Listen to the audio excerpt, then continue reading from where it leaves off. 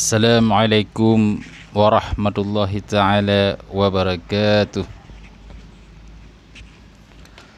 Sahabat channel Pak Tanul yang dirahmati oleh Allah Subhanahu wa taala, pada hari yang berbahagia ini marilah sama-sama kita akan membahas suatu permasalahan ya yang ada di dalam kehidupan kita ini, yaitu permasalahan yang coba akan kami bahas adalah masalah agama dan pembelaan kaum tertindas.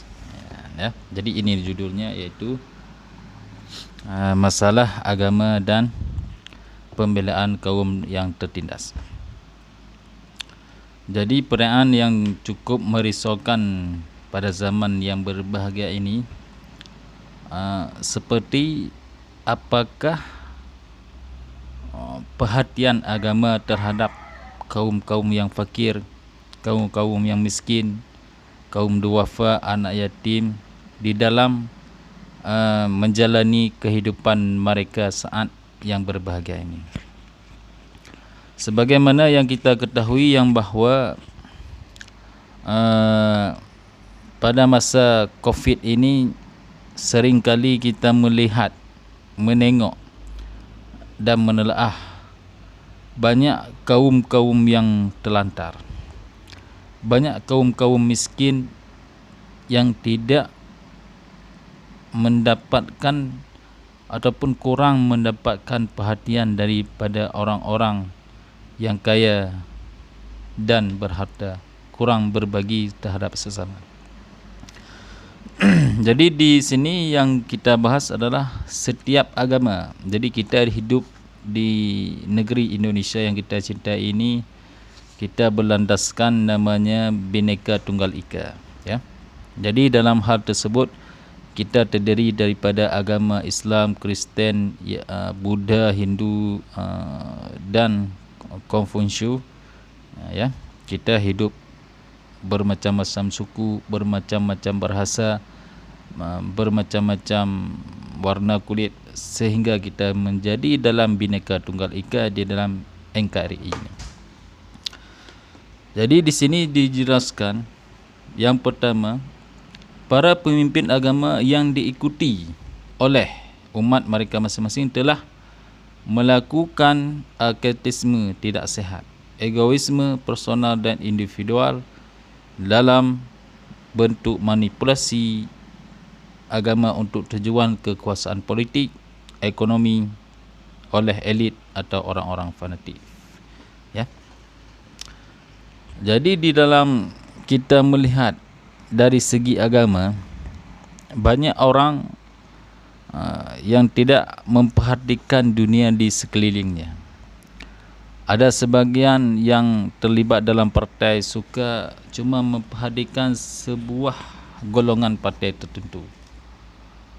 Ada orang-orang yang berkata bahawa dia orang yang soleh, orang yang taat kepada Allah. Dia mampu melakukan pergi haji beberapa kali, tapi di samping rumahnya tidak dapat memperhatikan orang-orang yang fakir dan miskin.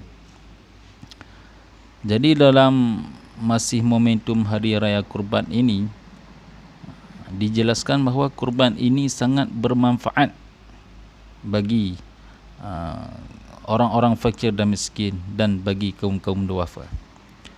Jadi agama sangat menentang orang-orang yang suka individualis, individu, cuma dia suka memperhatikan saudara-saudaranya saja, anak-anaknya saja, tapi tidak melihat orang-orang yang ada di kampungnya itu yang memang membutuhkan pertolongan daripada dirinya untuk dikasih misalkan beras, perhatian yang lain, dibantu misalkan masalah keuangan, ekonomi dan sebagainya. Jadi di sinilah penting kita melihat sifat sosial seseorang. Jadi kesolehan seseorang itu diukur dari sifat sosial orang tersebut. Jadi bagaimana seorang tersebut dikatakan soleh, tapi tidak ada sifat sosialnya itu, maka patut dipertanyakan kesolehan tersebut. Jadi dalam hal ini kita dituntut untuk memang harus serius dalam memperhatikan masalah ini. Sebab kenapa? Karena kalau kita tidak bisa memperhatikan ini, maka Allah akan murka terhadap kita. Bagaimana kita melihat orang yang susah sedangkan kita sendiri tertawa terbahak-bahak? Bagaimana orang meminta pertolongan kita sedangkan kita tidak bisa menolong orang tersebut? Bagaimana orang menilai baik kita, tapi kita pelit terhadap harta yang kita cari? Mungkin Allah memberikan kita keluasan rezeki. Dengan adanya rezeki tersebut, Allah menguji kita. Bagaimana kita mampu mengelola harta tersebut setelah diuji oleh Allah. Apakah dia bersyukur terhadap nikmatku? Kata Allah, kalau dia bersyukur, maka akan kutambahkan nikmatku yang lain. Tapi kalau di sini orang-orang yang berada, orang-orang yang kaya, tidak memperhatikan orang-orang yang fakir miskin, maka dia akan disiksa oleh Allah, diberikan azab oleh Allah. Karena dengan kesempatan yang dia dapatkan, keluasan rezeki, tidak mampu dia korbankan untuk sanak-sanak saudaranya, memperhatikan keluarganya. Jadi kita mari kita sama-sama dengan tulus ikhlas, ya, bagaimana kita harus umudiyah ini, sifat sosial kultural ini mampu kita pertahankan. Kita ajak, kita bina, terutama sekali kaum-kaum yang muda-muda ini, untuk berpartisipasi dalam hal memberikan pelayanan kepada masyarakat kita ini yang sangat-sangat dibutuhkan di kalangan masyarakat. Karena tanpa sebab, tanpa kita memperhatikan orang-orang yang fakir dan miskin ini di kampung-kampung ataupun di kota, maka efeknya adalah sering terjadinya perampokan, pembunuhan, pencurian, ya.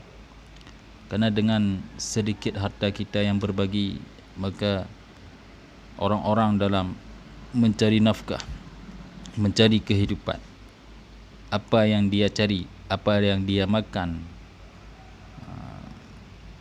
bisa kita ketahui apakah hasil yang didapatkannya itu halal, adapun hasil yang didapatkannya itu haram.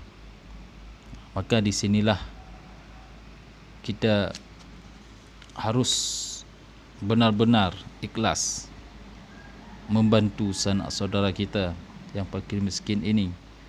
Kalaupun kita tidak ada harta, kita menyumbangkan tenaga kita untuk membantu orang tersebut. Kalaupun tenaga kita tidak ada, maka kita korbankan untuk bantu orang tersebut dengan fikiran kita, ya. Jadi dalam hal membantu orang-orang miskin ini tidak mesti dengan uang, ya. Kita ada tenaga, kita sumbangkan tenaga tersebut. Kalau kita ada pemikiran, ya, jadi pemikiran kita sumbangkan ke yang membutuhkannya. Dengan sebab itu, maka kehidupan sosial kita ini akan bertambah nikmatnya kepada kita, akan mencerahkan kehidupan kita.